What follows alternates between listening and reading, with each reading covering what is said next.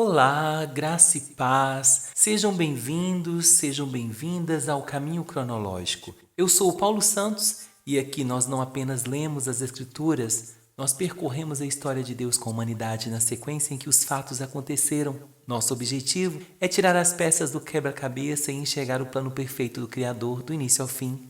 Prepare a sua Bíblia, sua mente, o seu coração, porque a nossa jornada de hoje começa agora. E hoje, números 21 e 22 marcam uma mudança de tom na jornada.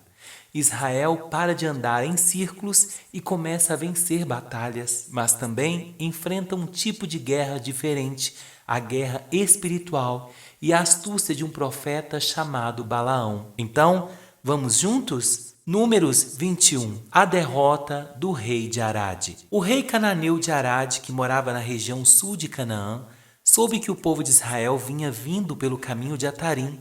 Ele atacou os israelitas e levou algum deles como prisioneiro. Então, o povo de Israel prometeu a Deus o Senhor o seguinte: se fizeres com que derrotemos este povo, nós destruiremos completamente as suas cidades. O Senhor ouviu o pedido do povo de Israel e os ajudou a derrotar os cananeus. Assim, os israelitas os destruíram e também destruíram as suas cidades e deram àquele lugar o nome de Orma, a cobra de bronze. Então, os israelitas saíram do Monte Or pelo caminho que vai até o Golfo de Acaba, para dar a volta em redor da região de Edom. Mas no caminho o povo perdeu a paciência e começou a falar contra Deus e contra Moisés. Eles diziam: por que Deus e Moisés nos tiraram do Egito? Será que foi para morrermos no deserto, onde não há pão nem água? Já estamos cansados dessa comida horrível. Aí o Senhor Deus mandou cobras venenosas que se espalharam no meio do povo, e elas morderam e mataram muitos israelitas.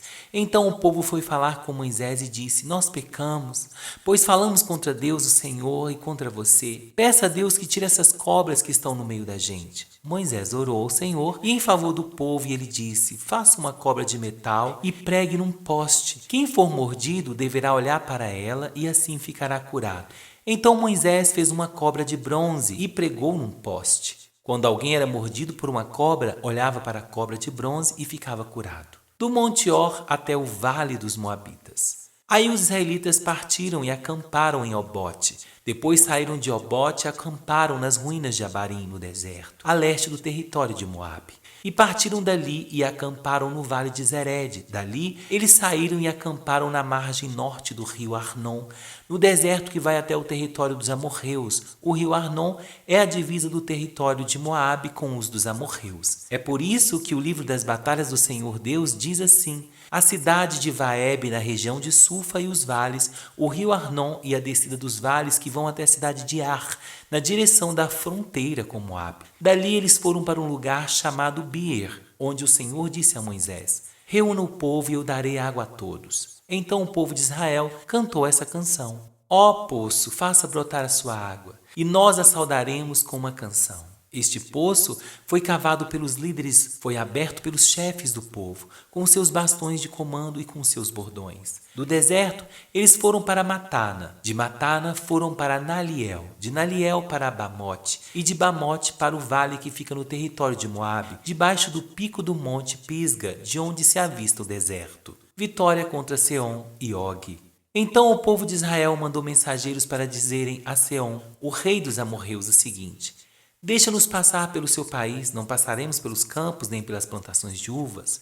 Não beberemos água dos poços, caminharemos somente pela estrada principal até sairmos do seu país. Porém, Seom não deixou que o povo de Israel passasse pelo seu país. Pelo contrário, ele reuniu toda a sua gente e saiu para enfrentar o povo de Israel no deserto. Seom foi até Jassa e combateu contra os israelitas, mas na batalha eles mataram à espada muitos amorreus e tomaram a terra deles, desde o rio Arnon até o rio Jaboque, na fronteira com o país de Amon, na qual havia muralhas. Assim, os israelitas tomaram todas essas cidades dos amorreus e ficaram morando nelas, isto é, em Esbom e nos povoados que ficam ao seu redor. Esbom era a cidade onde morava Seom, o rei dos amorreus. Ele tinha lutado contra o antigo rei Moabita, que havia tomado toda a sua terra até o rio Arnon. E por isso que os poetas dizem assim: venham a Esbom, a cidade do rei Seom. Ela será construída de novo, a cidade de Seom será bem construída.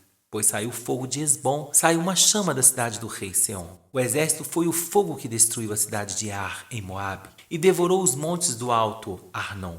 Ai de vocês, moradores de Moabe, adoradores do deus Quenos, vocês estão perdidos.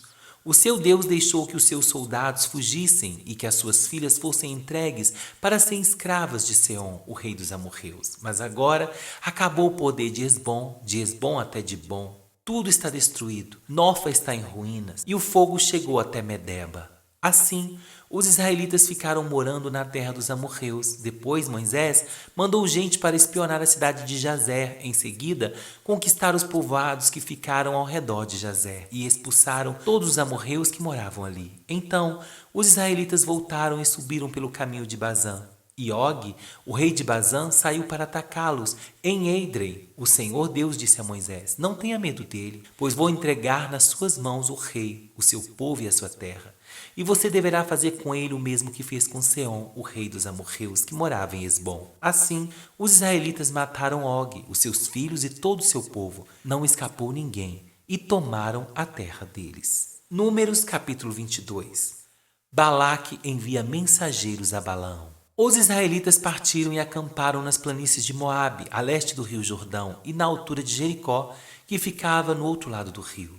Quando o rei de Moabe, Balaque, filho de Zippor, soube de tudo o que os israelitas haviam feito com os amorreus, ficou apavorado com os israelitas, porque eles eram muitos. De fato, o povo de Moabe ficou com muito medo dos israelitas. Os moabitas disseram aos chefes dos midianitas: agora essa multidão vai devorar tudo ao redor de nós, como um boi que come a grama do pasto. Então o rei Balaque mandou chamar Balaão, filho de Beor, que está em Petor, perto do rio Eufrates, no território de Amave. Os mensageiros foram dizer o seguinte a Balaão: um povo inteiro saiu do Egito.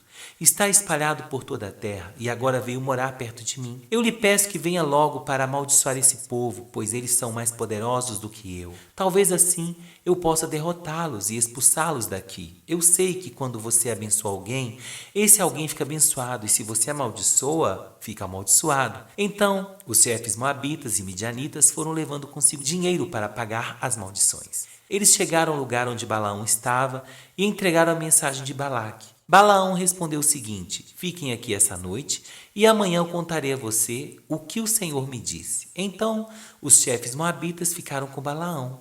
Deus veio falar com ele e perguntou: quem são esses homens que estão com você? Balaão respondeu: Balaque, o rei dos moabitas, me mandou dizer que um povo inteiro saiu do Egito e está espalhado por toda a terra. Balaque quer que eu vá agora mesmo e amaldiçoe essa gente, para ver se assim pode derrotá-los e expulsá-los. Deus disse a Balaão: não vá com eles, nem amaldiçoa o povo de Israel, pois é um povo abençoado. De manhã, Balaão se levantou e disse aos chefes que Balaque tinha enviado: voltem para sua terra, pois o Senhor não está deixando que eu vá com vocês. Então, eles voltaram e foram falar com Balaque e disseram: Balaão não quis vir com a gente. Aí Balaque mandou-lhe outros chefes, mais numerosos e mais importantes do que os primeiros.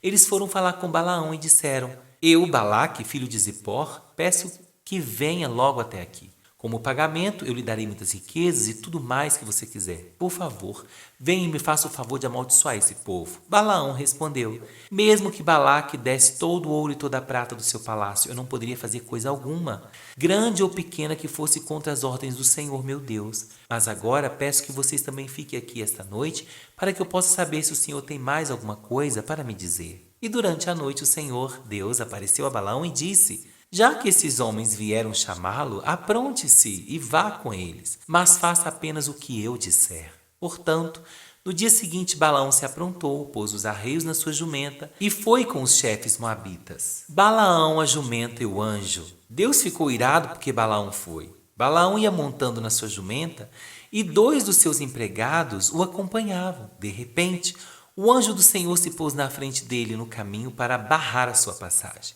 Quando a jumenta viu o anjo parado no caminho com sua espada na mão, saiu da estrada e foi para o campo.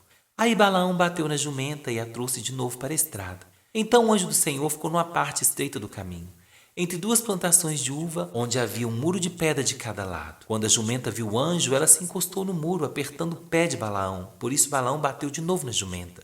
Depois o anjo do Senhor veio adiante e ficou no lugar mais estreito ainda, onde não havia jeito de se desviar nem para a direita nem para a esquerda. Aí a jumenta viu o anjo e se deitou no chão. Balaão ficou com tanta raiva que surrou a jumenta com a vara. Aí o Senhor fez a jumenta falar, e ela disse a Balaão: "O que foi que eu fiz contra você? Por que é que você já me bateu 3 vezes?" Ele respondeu: "Foi porque você caçoou de mim. Se eu tivesse uma espada na mão, mataria você agora mesmo." Então a jumenta disse a Balaão: "Por acaso não sou a sua jumenta em que você tem montado toda a sua vida? Será que tenho o costume de fazer isso com você?" "Não", respondeu ele. Aí o Senhor Deus fez com que Balaão visse o anjo que estava no caminho com a espada na mão.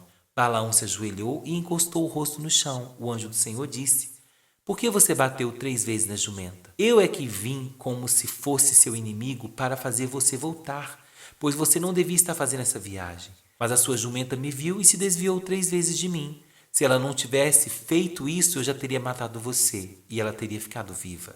Então Balaão disse ao anjo: "Eu pequei. Não sabia que o Senhor estava no caminho para me fazer parar. Porém, se agora o Senhor acha que não devo continuar a viagem, eu voltarei para casa." O anjo respondeu: "Vá com esses homens, mas você falará somente aquilo que eu lhe disser." Assim, Balaão foi com os chefes enviado por Balaque. Balaque recebe Balaão. Quando Balaque soube que Balaão estava chegando, foi encontrar-se com ele em Ar, uma cidade que fica na beira do rio Arnon, na fronteira de Moabe. Balaque perguntou: "Por que você não quis vir quando mandei chamá-lo da primeira vez? Será que você estava pensando que eu não poderia lhe pagar bem?" Balaão respondeu: "Mas eu estou aqui com o Senhor, não é? Porém não posso dizer nada por minha própria conta. Só posso dizer o que Deus ordenar, e nada mais." Assim Balaão foi com Balaque para a cidade de Uzote, onde Balaque ofereceu em sacrifício touros e ovelhas, e deu uma parte da carne a Balaão e aos chefes que estavam com ele. A primeira profecia de Balaão. No dia seguinte de manhã, Balaque levou Balaão a Bamote Baal, de onde Balaão podia ver uma parte do povo de Israel. Glória a Jesus, aleluia. Meus irmãos, nós vimos aqui Israel finalmente avançando, mas como sempre, o desânimo bate à porta e traz consequências. Começa a reclamação, a murmuração e o nosso Deus se ira, né? Nós vimos um símbolo profético que Jesus citaria séculos depois e uma das histórias mais curiosas e famosas de toda a Bíblia, a jumenta falar. Forte demais, né? Então, o que nós vimos em Números 21? A serpente de bronze. O povo volta a reclamar do caminho e do maná, e Deus envia serpentes venenosas. Quando o povo se arrepende, Deus manda Moisés fazer uma serpente de bronze e coloca num poste. Quem olhasse para ela, vivia. Curiosidade, irmãos, Jesus usa essa mesma imagem em João 3,14 para falar da sua própria crucificação. Assim como Moisés no deserto levantou a cobra de bronze numa estaca, assim também o Filho do Homem tem de ser levantado, para que todos os que crerem nele tenham a vida eterna. João capítulo 3, 14 e 15. Forte isso, né? Como toda a palavra de Deus, de Gênesis a Apocalipse, mira para o Senhor Jesus. Aleluia! Para esse nosso religare, né? Para esse nosso reencontro com o Senhor Jesus. E vimos também as vitórias militares. Israel derrotou Seom, o rei de amorreus, e Og, o rei de Bazã. Eles começaram a conquistar territórios e ganhar confiança. Em Números 22, nós vimos, né, como eu disse, Balaão e a jumenta. O rei de Moabe, né, Balaque, fica apavorado com o avanço de Israel e contrata esse profeta chamado Balaão para amaldiçoar o povo de Israel. E nós vimos também o incidente no caminho. Deus fica irado com a ganância de Balaão e no caminho um anjo barra a passagem dele. Mas só a jumenta conseguia ver o anjo. Balaão começou a espancar o animal até que Deus fez a jumenta falar para repreender o profeta Balaão. E no fim, Balaão percebeu que só pode dizer o que Deus mandar. Aleluia! Em Números 21, o Senhor nos ensina que a cura está em olhar para cima e confiar no remédio de Deus, mesmo que pareça estranho. Já o capítulo 22 nos mostra que Deus protege o seu povo, mesmo quando eles nem sabem que alguém está tentando amaldiçoá-los no bastidores. Forte, né? Glória a Deus! E eu quero deixar aquela reflexão final como pergunta para mim e para você. A jumenta, ela viu que o profeta espiritual não conseguia ver por causa da sua ganância, né? E o que tem te cegado, meu irmão? O que tem cegado a sua visão espiritual hoje? O foco nos problemas ou o desejo por ganhos pessoais? Que nós venhamos refletir sobre isso. Que nós venhamos olhar para o céu, né? E enxergar o Senhor Jesus. Oremos ao Senhor. Senhor, meu Deus e meu Pai, tira de nós todo espírito de murmuração que nos impede de avançar. Que possamos, Senhor, sempre olhar para Ti, que é a nossa cura e a nossa salvação. Proteja-nos, Senhor, das maldições e das ciladas que nem chegamos a ver e abre os nossos olhos espirituais para que a nossa visão não seja limitada pelo que é terreno, mas guiada pelo Teu Santo Espírito. Eu oro em nome do Senhor Jesus. Aleluia! Glória a Deus! Meus irmãos, muito obrigado por caminhar comigo hoje no caminho cronológico. E se esse episódio falou seu coração, não esqueça de compartilhá-lo com um amigo seu que também precisa ouvir a voz de Deus. E eu te espero no nosso próximo episódio, onde continuaremos desvendando a história da salvação, um passo de cada vez. Fique na paz do Senhor Jesus e até a próxima!